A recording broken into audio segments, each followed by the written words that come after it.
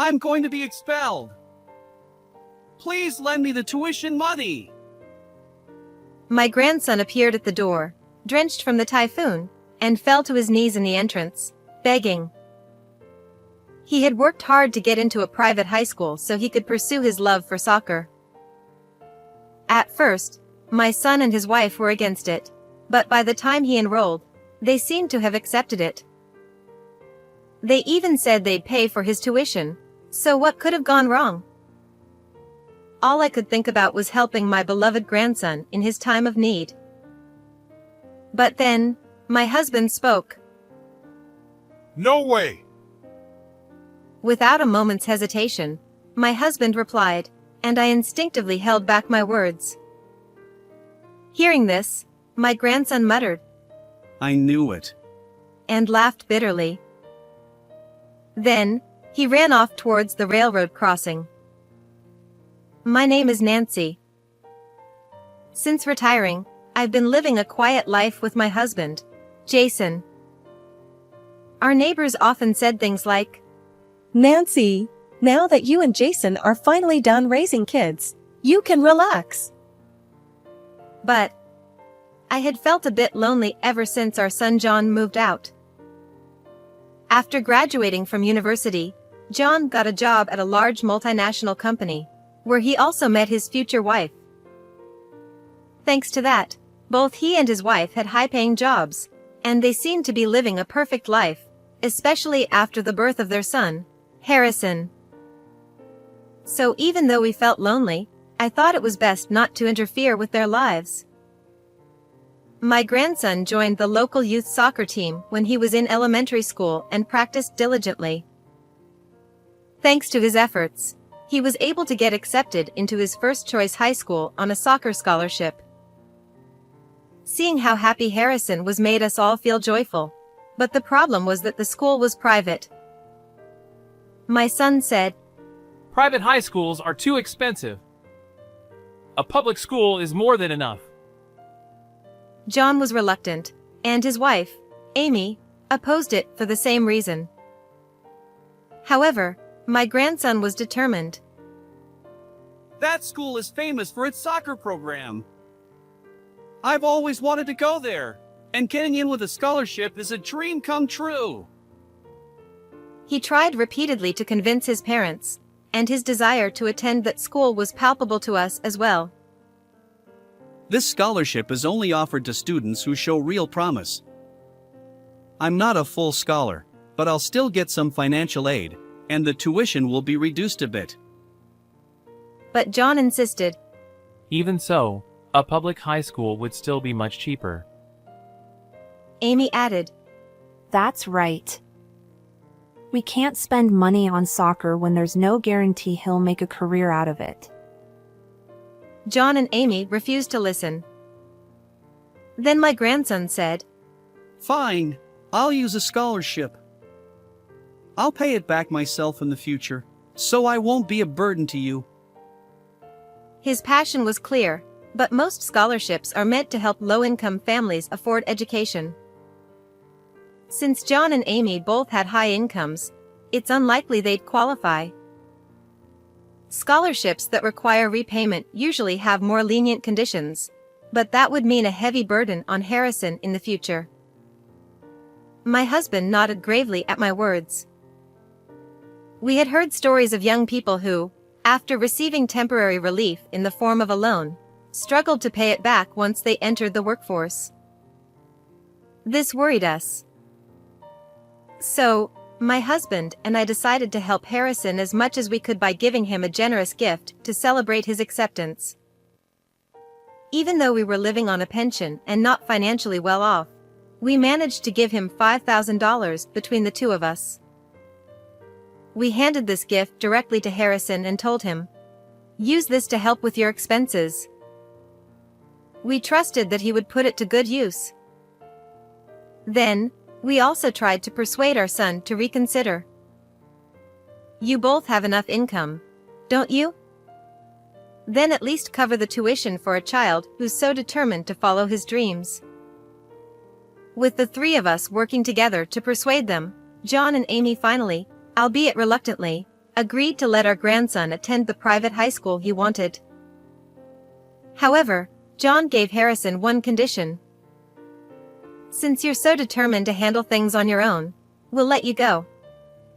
But if you show any sign of slacking off, you'll be transferred to a public school." He made this strict demand. Moreover, he secretly issued an order to us as well. If Harrison sees you, he'll lose his focus.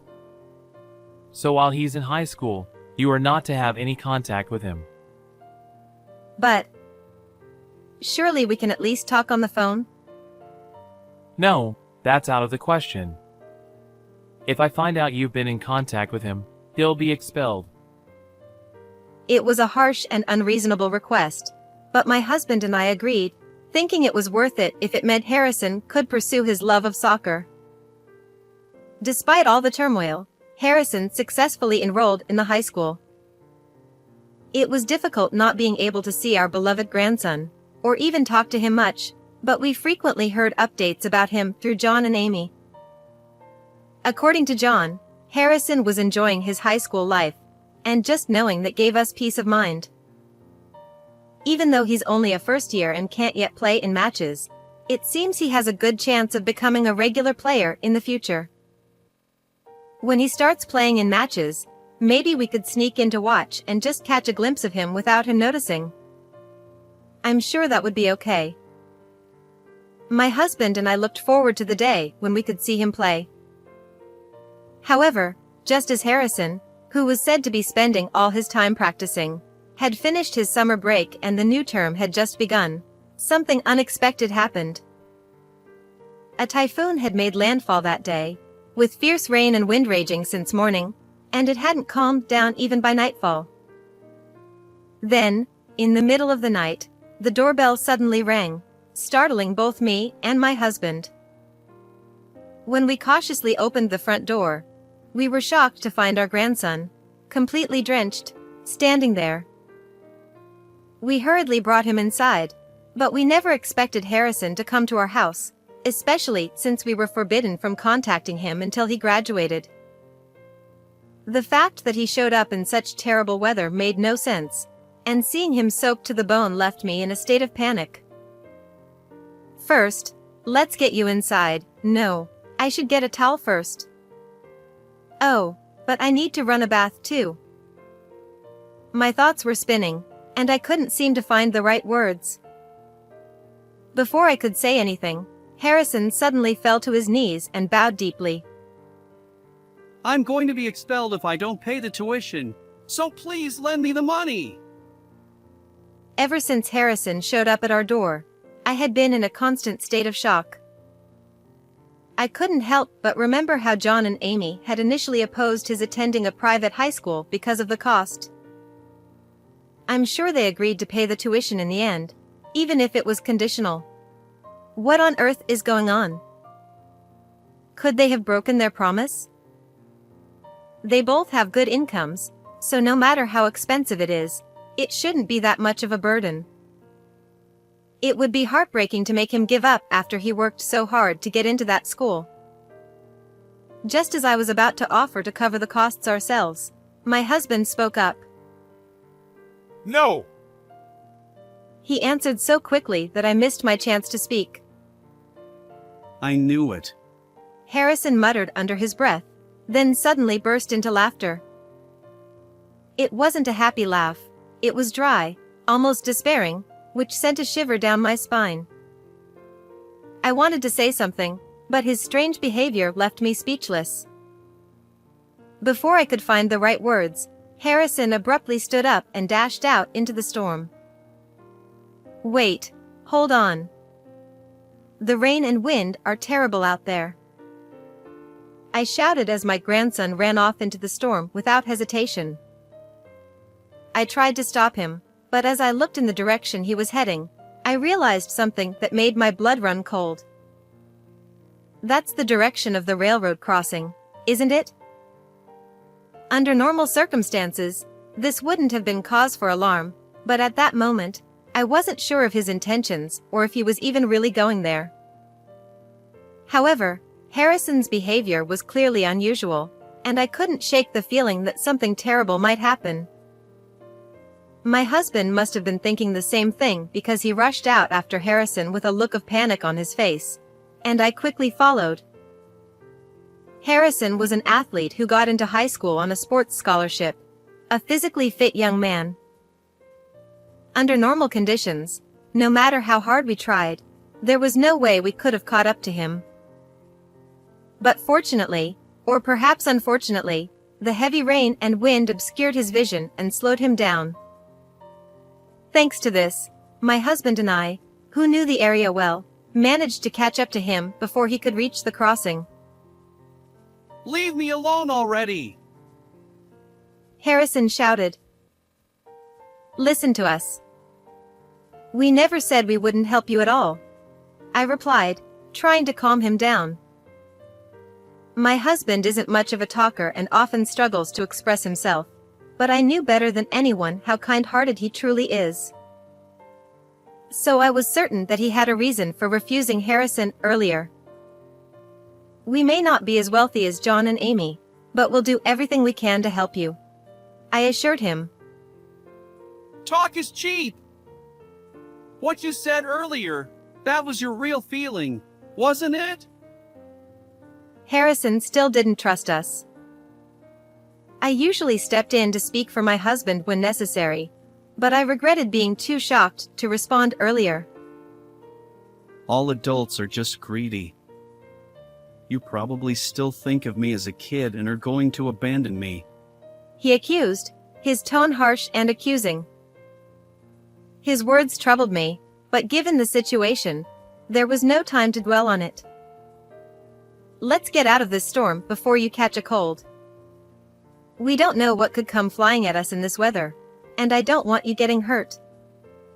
Let's go back home, I suggested, trying to keep things calm. After a moment, Harrison finally agreed and followed us back without further resistance. Once inside the house, after warming up and changing out of his wet clothes, Harrison seemed to regain some composure. When we spoke again, he was much calmer and more willing to talk. He explained that he hadn't been running toward the railroad crossing after all. He had intended to go to the train station but had mistakenly gone the wrong way due to the poor visibility. I felt betrayed when Grandpa turned me down.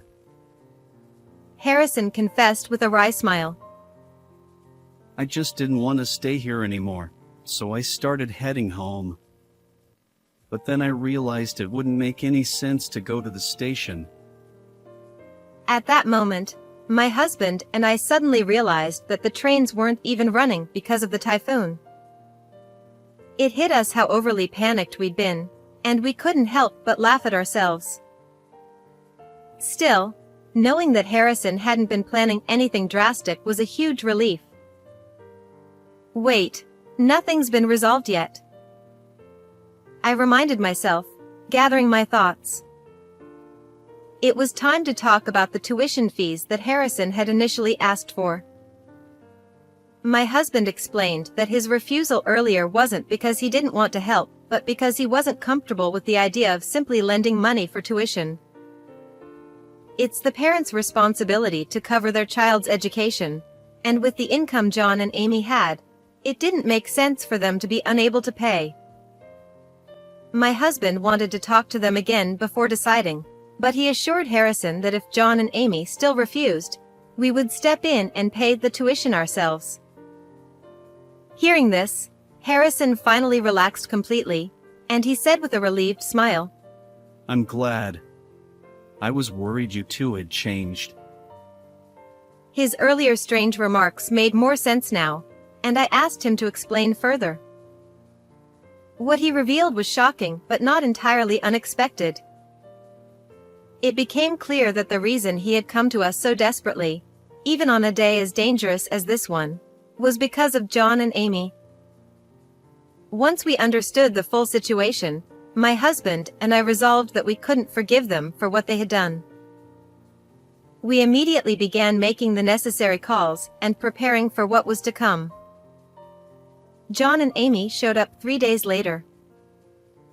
The effects of the typhoon had completely faded, but the storm they brought with them was just beginning. They barged into our home without any notice, and Amy immediately started berating me without so much as a greeting. Nancy! Harrison is here with you, isn't he? What were you thinking? Taking him in without our permission? Oh, hello to you too. And you're complaining after leaving your child alone to go on a trip? What? How did you know that? This was something I'd learned from Harrison. On the day of the typhoon, John and Amy had gone on a hot spring vacation, leaving Harrison alone at home. Of course, by high school, many kids prefer hanging out with friends over family trips, or in Harrison's case, being too busy with sports to go anywhere. But the fact that they didn't even ask for his opinion beforehand, and then, right before they left, Amy just said, "We're going to the hot springs, so take care of the house." After talking with us, Harrison left them a note and came to stay at our house. John and Amy, returning from their trip, must have seen the note and rushed over here in a panic. What happened to the agreement we made? John's angry outburst referred to the condition he had set, that we shouldn't contact Harrison under any circumstances. Well, since you broke that agreement, we're not paying his tuition anymore. What are you talking about? You never paid it to begin with. I was astonished at their audacity, turning the blame on us when they hadn't kept their side of the deal in the first place. It was clear that the condition they had set was just a way to silence us, so that Harrison wouldn't say anything. Unfortunately for them, we already knew everything. Let me guess, you didn't come here to bring back your son, but to reclaim your meal ticket, right? As I glared at them, my husband's piercing gaze followed, and I could see the unease in their eyes.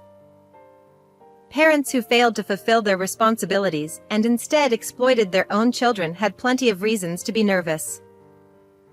Before Harrison's enrollment, they had assured us they would cover his tuition, but it was all a lie, something they didn't bother hiding from him.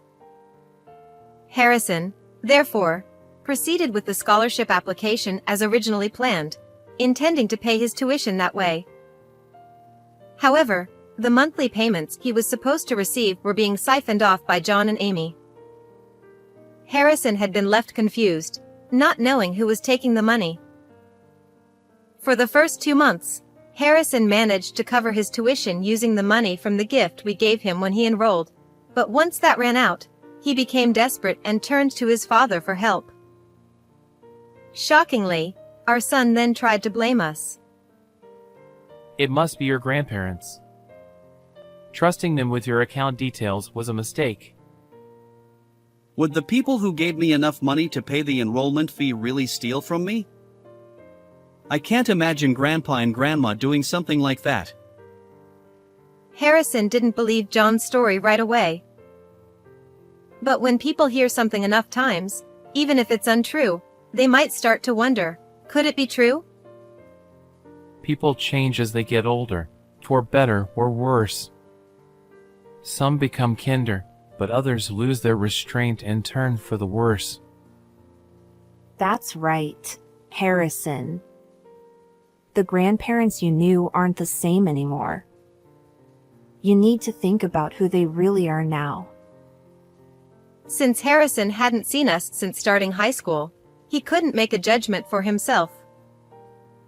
Moreover, Harrison wasn't aware of the condition John had imposed on us, so he didn't understand why we had distanced ourselves.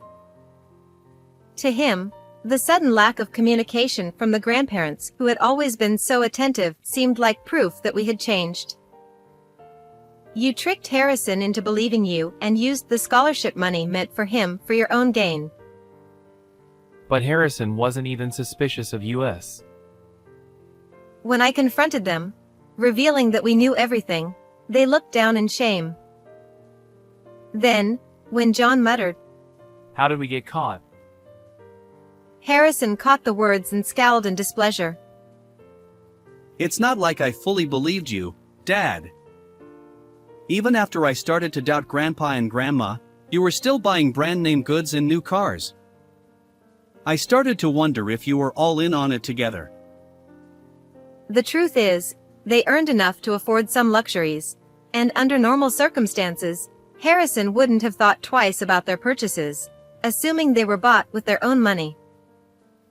However, when parents who forced him into attending a public high school due to financial constraints are spending money freely on themselves, it's only natural for him to grow suspicious.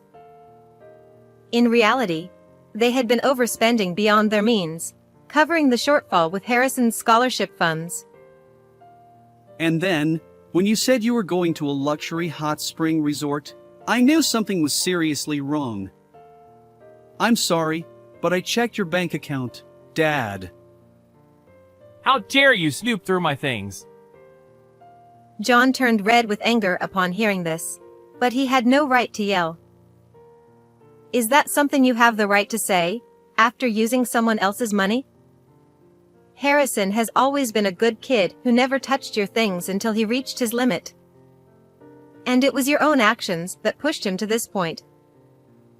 Beside me, my husband stepped forward, likely trying to shield Harrison from John's glare. John's bank statements showed that every month, on the same day Harrison's scholarship disappeared, an equivalent amount was deposited into his account. The money trail was clear as day. Worse, Harrison discovered this right after the school warned him about unpaid tuition fees. They said I might get expelled if it didn't get paid. When I was alone at home thinking about it, I just became more and more anxious. Harrison had confided in us weekly when we finally talked. At that time, the fierce storm outside seemed to amplify his instinctual fear. Imagine being on the brink of expulsion, not due to any fault of your own, but because of the parents you should be able to rely on. How cornered must he have felt? Even after discovering his parents were stealing from him, Harrison's suspicions about us hadn't been completely cleared. In fact, he likely feared we might have been complicit in using the money John withdrew. This suspicion was evident in the way he had accused all adults that day with his remark, "Adults are all the same." But despite his doubts, Harrison clung to a sliver of hope and came to us, drenched and desperate. You can't even begin to imagine what was going through his mind that day. I never raised you to be so heartless. Shut up! At this, my son, seemingly fed up with the severe reprimand, erupted in a tantrum, shouting, If he had just gone to public school like he was supposed to, we wouldn't have had less money to begin with. What's wrong with making him make up for what we lost? And Nancy, you keep saying we tried to pin the blame on you, but it's not exactly a lie. This mess is partly your fault anyway. Emboldened by John's outburst, Amy's tone became surprisingly defiant, a stark contrast to the uneasy silence she had maintained earlier. You're the ones who gave him that much gift money in the first place. That's why Harrison went ahead and handled the enrollment on his own. You messed things up, so take responsibility for it. I tilted my head in disbelief at Amy's absurd accusation as she pointed her finger at me. How is it wrong to do everything we can for our grandson? Stop twisting logic to shift the blame. What you did was plain theft.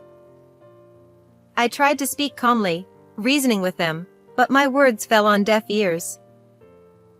My son sneered, his expression mocking. Parents using their kids' money? We're family, so it's not like we're going to face any criminal charges. Too bad for you. And if the school's threatening to expel him, he should just quit that money pit. It's not worth it anyway. Exactly. Let's do that. Watching the two of them, perfectly in sync as they plotted together, made it clear that this was all part of their calculated plan.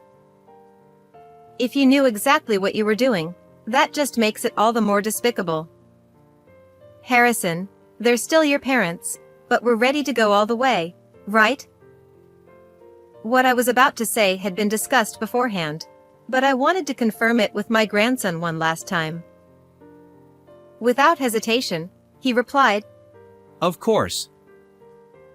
and beside him, my husband gave a firm nod of agreement. You're right that it might be difficult to bring criminal charges. But since Harrison has suffered damages, the law is on the side of the victim. We can simply file a civil lawsuit and claim damages. Even though there's no financial hardship, the fact that they withheld funding for his education, despite him being a minor, constitutes a clear abandonment of parental duties without just cause. Worse still, the scholarship Harrison secured on his own was misappropriated by them instead of being used for tuition.